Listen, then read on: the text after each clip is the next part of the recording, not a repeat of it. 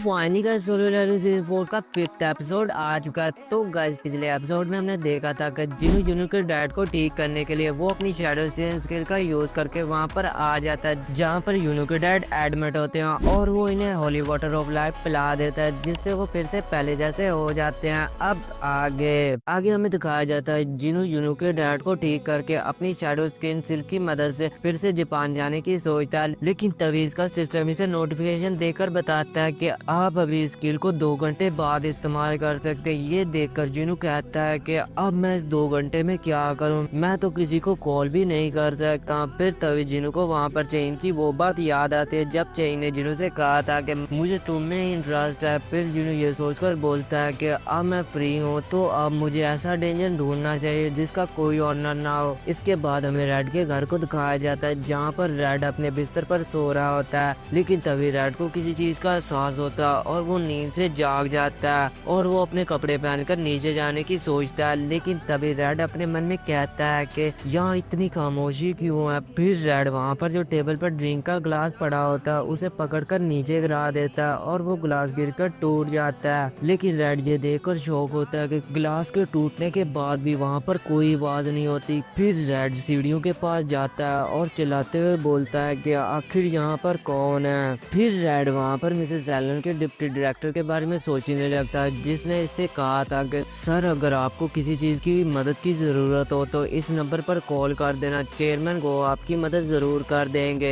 Red ये सब कोई सोच ही रहा होता है कि तभी अचानक इसके सामने एक बंदा आ जाता है जिसका नाम मोनार्च ऑफ टंग होता है और इसके साथ 2 और मोनार्च भी वहाँ पर आ जाते हैं रेड को खत्म करने के लिए। फिर टंग वहाँ पर बोलता है कि कब तक इंसानों को बचाओगे, आओ हमसे क्यों नहीं मुकाबला करते। ये सुनकर रेड को वहाँ पर कुछ समझ नहीं आती और वो इससे पूछता है कि आखिर तुम क्या कहने की कोशिश कर रहे हो। इस पर टंग कहता है कि ना ना ना ना, मैं तुमसे बात नहीं कर रहा हूँ, बल्कि जो आदमी तुमसे कनेक्ट है मैं उससे बात कर रहा हूँ। ये सुनकर रेड को वहाँ पर गुस्सा आ जाता है और वो अपने सबसे खतरनाक फॉर्म में ट्रांसफॉर्म हो जाता है और बोलता है कि मैं तुम में से एक को तो जरूर हरा दूंगा। और इस ट्रांसफॉर्म को देखकर वहाँ पर जो बीस्ट मोनार्क और फीमेल मोनार्क होती है वो भी आपस में बातें करने लगते हैं कि एक मेज टाइप हंटर इस फॉर्म को कैसे अचीव कर सकता है। फिर रेड अपनी ताकत को इतना ज्यादा बढ़ाता है कि रेड के पूरे घर में आग लग जाती है। फिर इसके बाद हमें जिनू को दिखाया जाता है जो जापान से जाने के लिए एक कार में बैठा हुआ होता है और कार में बैठे बैठे जिनू अपनी स्ट्रेंथ और एबिलिटी को चेक करता है और हमें दिखाया जाता है जिनू को बाय बोलने के लिए वहाँ पर काफी ज्यादा तादाद में लोग आए होते हैं। आखिर भला वो क्यों ना आते, आखिर जिनू ने जायंट मॉन्स्टर से इनकी मदद जो की है। फिर जिनू ने देखकर अपने मन में बोलता है कि शायद जापान में आज मेरा आखिरी दिन है। फिर वहाँ पर बीरू जिनू के पास आता है और बोलता है कि मेरे किंग लोग आपको रिस्पेक्ट दे रहे हैं, आपको भी अपना हाथ ऊपर करके इन्हें खुश करना चाहिए। इस पर जिनू बीरू से बोलता है कि तुम गलत हो बीरू। फिर अगले सीन में हमें दिखाया जाता है कि जिनू एक प्लेन में बैठा हुआ होता है जहाँ पर वो अपनी साथ वाली सीट वाले बंदे से बोलता है कि क्या ये कोइंसिडेंस है कि आप मेरी साथ वाली सीट पर बैठे हुए हैं। और इसकी साथ वाली सीट पर जो बंदा बैठा हुआ होता है वो और कोई नहीं बल्कि एडम वाइट होता है, जिसने जिनू को मिसेस एलन से मिलवाया था।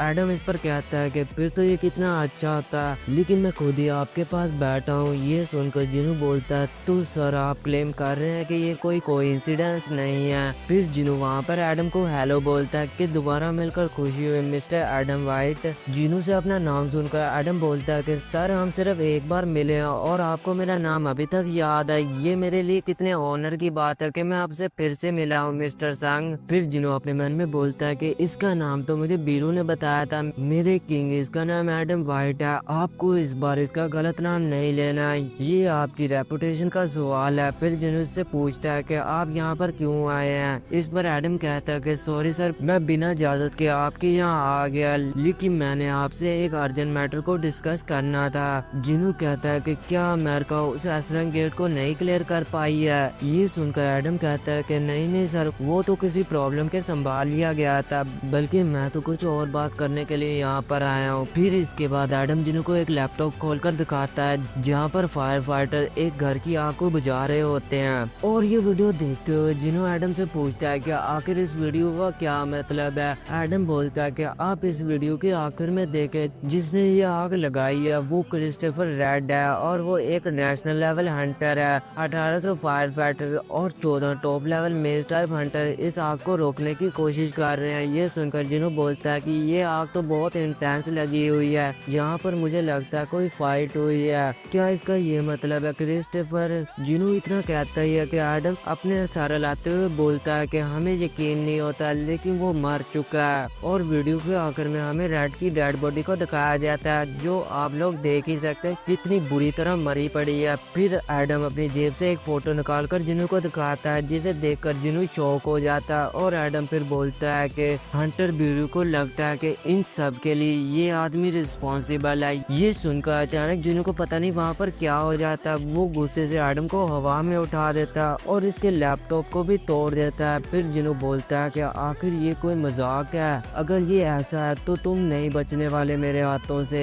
ये देखा एडम के जो वहाँ पर असिस्टेंट होते हैं वो इसे बचाने के लिए आगे बढ़ते हैं, लेकिन एडम इन्हें पीछे ही रहने को कहता है। फिर एडम जिनू से बोलता है कि इस पिक्चर में जो आदमी है वो डेंजन से बाहर निकला था, जिसके बारे में आप सोच रहे हैं वो ये नहीं है। जिनू इससे पूछता है कि आखिर किस तरह का डेंजन। एडम बताता है कि इसकी मैजिकल एनर्जी एक मॉन्स्टर से मैच हो रही है और इसने हमारे एक एस रैंक हंटर पर भी अटैक किया। आपको याद ही होगा कुछ महीने पहले जब हंटर ब्यूरो पर एक धमाका हुआ था, वो सब कुछ इसने तो किया था। ये सुनकर जिनू बोलता है कि तुम्हें लगता है कि इन सब के पीछे मेरे डैड का हाथ है। फिर जिनू एडम को छोड़ देता है। छूटने के बाद एडम बोलता है कि बाद में हम हंटर ने इसे पकड़ने की कोशिश की, लेकिन वो कहीं गायब हो गए थे। फिर हंटर ब्यूरो ने इसे सीक्रेटली भी ढूंढने की कोशिश की थी, लेकिन हमें इसका कोई नामो निशान नहीं मिला। ऐसा लगता है जैसे वो कहीं हवा में गायब हो गया हो। मैं आपकी फीलिंग को समझ सकता हूँ मिस्टर संग, लेकिन ये फैक्ट है। सब चीजों को मिलाकर देखा जाए इन सब के लिए यही जिम्मेदार होते हैं। ये सुनकर जिनू बोलता है कि अगर तुम्हें ऐसा लगता है तो ये फोटो मुझे क्यों दिखाई। एडम कहता है कि कुछ दिनों बाद इंटरनेशनल गिल्ड कॉन्फ्रेंस होने वाली है। इस कॉन्फ्रेंस में पूरे दुनिया के गिल्ड लीडर आने वाले हैं। वहाँ पर अमेरिकी हंटर ब्यूरो इस आदमी पर रेड नोटिस लगाने को कहेगी। दूसरे लफ्जों में कहा जाए ये इन्वेस्टिगेशन किसी से छुपाई नहीं जाएगी, क्योंकि अमेरिका ने अपना नेशनल लेवल हंटर खोया है, इसलिए वो इस आदमी को हर हाल में पकड़ना चाहते हैं। और हम हंटर ब्यूरो आपसे अच्छा रिलेशन बनाना चाहते हैं मिस्टर सैंग, इसलिए इस इन्फॉर्मेशन को पब्लिकली अनाउंस होने से पहले मैंने यहाँ पर आकर आपको ये बात बोल दी है, क्योंकि अगर आप वहाँ अपने डैड की फोटो देखते जहाँ पर आपको इनवाइट किया गया तो आप यकीनन ही शॉक हो जाते। ये सुनकर जिन्हों अपने मन में कहता है कि 10 साल पहले मेरे डैड खोए थे और वो एक मॉन्स्टर के रूप में वापस आए हैं। फिर एडम का असिस्टेंट इससे बोलता है कि सर आप ठीक तो हैं। एडम कहता है कि मैं ठीक हूँ, बस मुझे थोड़ी सी चोट लगी है। फिर एडम अपने मन में कहता है कि क्या ये टेलीकिनेसिस था? हाई रैंक के हंटर सिर्फ एक ऑब्जेक्ट को मूव कर सकते हैं, लेकिन इसका कोई अलग ही लेवल है। मुझे लगता है कि जो नेशनल लेवल हंटर होते हैं वो सिर्फ टेलीकिनेसिस का यूज कर सकते हैं। नहीं, ये आदमी तो छोटा नेशनल लेवल हंटर है। मुझे जल्दी इसके बारे में चेयरमैन को इन्फॉर्म करना होगा। फिर हमें बताया जाता है कि जो इंटरनेशनल गिल्ड कॉन्फ्रेंस होने वाली है, जिसमें सभी कंट्रीज के गिल्ड को इनवाइट किया गया, उनसे करंट इवेंट और फ्यूचर परस्पेक्टिव के बारे में डिस्कस किया जाएगा। और कुछ दिनों पहले हंटर ब्यूरो ने अपनी लिस्ट रिलीज कर दी थी, जो गिल्ड इस अनाउंसमेंट में शामिल होगी, और इसमें कोरिया की आर्जिंग गिल्ड भी शामिल है। इस वजह से ये गिल्ड पूरी दुनिया में मशहूर हो गया, क्योंकि इस गिल्ड का जो गिल्ड मास्टर है वो संग जिनो है, और इसलिए अमेरिकन हंटर ब्यूरो ने इसे रिकॉग्नाइज कर लिया, क्योंकि ये फैक्ट है कि इस बंदे में इतनी ताकत है कि वो अकेले पूरी दुनिया के टॉप लेवल हंटर्स को टक्कर दे सकता है। फिर इसके बाद हमें कोरिया की एक बिल्डिंग को दिखाया जाता है, जहाँ पर एक न्यूज कॉन्फ्रेंस हो रही होती है, जिसमें एक न्यूज रिपोर्टर बोलता है कि सर ये बात तेजी से फैल रही है कि इस साल आर्जिंग गिल्ड को इंटरनेशनल गिल्ड कॉन्फ्रेंस के लिए शामिल किया गया है, ना कि हंटर गिल्ड को। और आप हंटर गिल्ड के गिल्ड मास्टर हैं, तो आप इसके बारे में क्या सोचते हैं हंटर चोई? इस पर हंटर चोई बोलता है कि मुझे यकीन है कि हंटर ब्यूरो ने एक सही डिसीजन लिया है। रिपोर्टर कहता है कि सही डिसीजन लिया है, मुझे कुछ समझ नहीं आई। चोई इस पर कहता है कि यस, उन्होंने आर्जिंग गिल्ड को लेकर एक सही फैसला लिया है। ये सुनकर रिपोर्टर कहता है कि मैं आपकी बात से बिल्कुल एग्री नहीं करता हूँ, क्योंकि आर्जिंग गिल्ड में सिर्फ एक ही बंदा है। चोई कहता है तुम बिल्कुल ठीक कह रहे हो, लेकिन वो अकेला बंदा संग जिनो है, और अगर हम सिर्फ गिल्ड मेंबर्स की बात करें तो संग जिनो के पास 100 से भी ज्यादा गिल्ड मेंबर्स हैं। और और आप लोगों ने जेजुनल रेड और रिसेंटली इवेंट में इसकी परफॉर्मेंस देख ही ली है और मैं यकीन से कह सकता हूँ कि आर्जिन गिल्ड अकेले सभी कंट्रीज के गिल्ड को खत्म करने का दम रखती है। ये सभी बातें सुनकर रिपोर्टर कहता है, लेकिन फिर भी हंटर गिल्ड हर साल इंटरनेशनल गिल्ड कॉन्फ्रेंस के लिए कोरिया को रिप्रेजेंट करती है और मैं यकीन नहीं कर पा रहा हूँ कि आप इस न्यूज से खुश कैसे। चुई कहता है कि हाँ, मैं इस चीज से थोड़ा सा तो उदास हूँ कि हम वहाँ पर नहीं जा रहे हैं, लेकिन मुझे इस चीज से भी ज्यादा उस पर प्राउड है क्योंकि हमारे पास अब ऐसा हंटर है जो कभी पीछे नहीं हटेगा और अगर हम किसी मॉन्स्टर को खत्म ना कर पाए तो वो उसे आसानी से खत्म कर पाएगा। और यही सच है कि हमारी गिल्ड मेंबर्स आज उसकी वजह से ही जिंदा है, इसलिए मैं हंटर संघ का शुक्रगुजार हूँ और मुझे प्राउड है कि उन्होंने हंटर संघ को कोरिया के लिए चुना है। ये सब कुछ बोलकर हंटर चोई अपनी गिल्ड में वापस आ जाते हैं, जहाँ पर इनका एक असिस्टेंट इन्हें बताता है कि सर, जो सुबह सोई गुम में जो गेट ओपन हुआ था हमें उसका परमिट मिल गया। वो गेट ए रैंक का है लेकिन इसकी माना पावर इतनी ज्यादा नहीं है। ये सुनकर चोई बोलता है कि ये बहुत अच्छा काम किया तुमने। बाय द वे, आर्जिन गिल्ड ने दोबारा किसी परमिट के लिए अप्लाई नहीं किया। इस पर वो असिस्टेंट चोई से कहता है कि हाँ सर, उन्होंने रिसेंटली कोई परमिट के लिए नहीं अप्लाई किया। ये सुनकर चोई मुस्कुराता है। फिर वो असिस्टेंट से बोलता है कि हमें आर्जिन गिल्ड से कम्पीट करने की कोई जरूरत नहीं है सर, हमारा प्रॉफिट अब 40% से भी ज्यादा बढ़ चुका है। ये सुनकर चोई वहाँ पर थोड़ा सा गुस्सा हो जाता है। फिर चोई अपने मन में कहता है कि जब उसकी रैंक थोड़ी थी तो उसने अलग अलग छोटे मोटे गेट्स को क्लियर किया और जब वो एस रैंक हंटर बन गया तो उसने दूसरी कंट्रीज में जाकर उनके गेट्स को क्लियर किया और अब उसने रिसेंटली जापान के एस रैंक गेट को कंप्लीट किया है। ये कितनी शॉकिंग बात है। इस सभी के बाद हमें हंटर एसोसिएशन की बिल्डिंग को दिखाया जाता है, जहाँ पर मिस्टर चो चेयरमैन गो को बताते हैं कि चाइना ने हंटर संघ की डाटा इंफॉर्मेशन लेने की रिक्वेस्ट की है। इस पर मिस्टर गो कहते हैं कि क्या उन्होंने इसकी पर्सनल इंफॉर्मेशन के लिए कहा है। मिस्टर चुल कहते हैं कि नहीं सर। मिस्टर गो कहते हैं तो फिर वो हमसे क्या चाहते हैं। चुल कहते हैं कि उन्होंने रिक्वेस्ट किया उसके रेड के रिकॉर्ड्स की और कोई उसकी रिलेटिव ऑफिशियल रिपोर्ट्स की। ये सुनकर मिस्टर गो इसे साफ मना कर देते हैं और कहते हैं कि